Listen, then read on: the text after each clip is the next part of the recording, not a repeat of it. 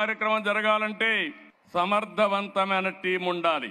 ఆ టీంలో భాగంగానే CEO NTR memorial trust Rajendra Kumar గారు, సిబ్బంది, ఎప్పటి నుంచో అక్కడ పనిచేస్తున్న గోపి, మా మిత్రుడు ఉప ముఖ్యమంత్రి, ఈ రాష్ట్రానికి ఏదో చేయాలని తపనుండే వ్యక్తి పవన్ కళ్యాణ్ గారు, గౌరవనీయులు, నటనలోనే కాదు సేవా కార్యక్రమాల్లో కూడా తండ్రిని మించిన బిడ్డ పద్మభూషణ్ నందమూరి బాలకృష్ణ గారు మొన్నటి వరకు సేవలు అందించినటువంటి ఎన్టీఆర్ మెమోరియల్ ట్రస్ట్ కి నారా లోకేష్ గారు నేను మంత్రిగా రికగ్నైజ్ చేయడం లేదు, ఇక్కడ ఆ ట్రస్ట్ కు సేవలు అందించాడు కాబట్టి ఆయన్ని ఇక్కడ రికగ్నైజ్ చేస్తున్నాం.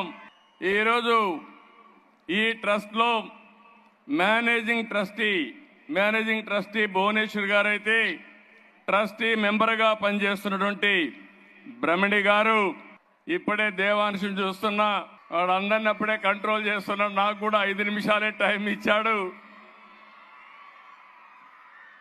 నందమూరి తమన్ గారు, ఈ కార్యక్రమానికి విచ్చేసినటువంటి మా కుటుంబ సభ్యులందరికీ, ఎన్టీఆర్ ట్రస్ట్ ఎంప్లాయీస్ అందరికీ, అదే మాదిరిగా స్టూడెంట్స్ చూస్తున్నా ఎంతో ఉత్సాహంగా వచ్చారు.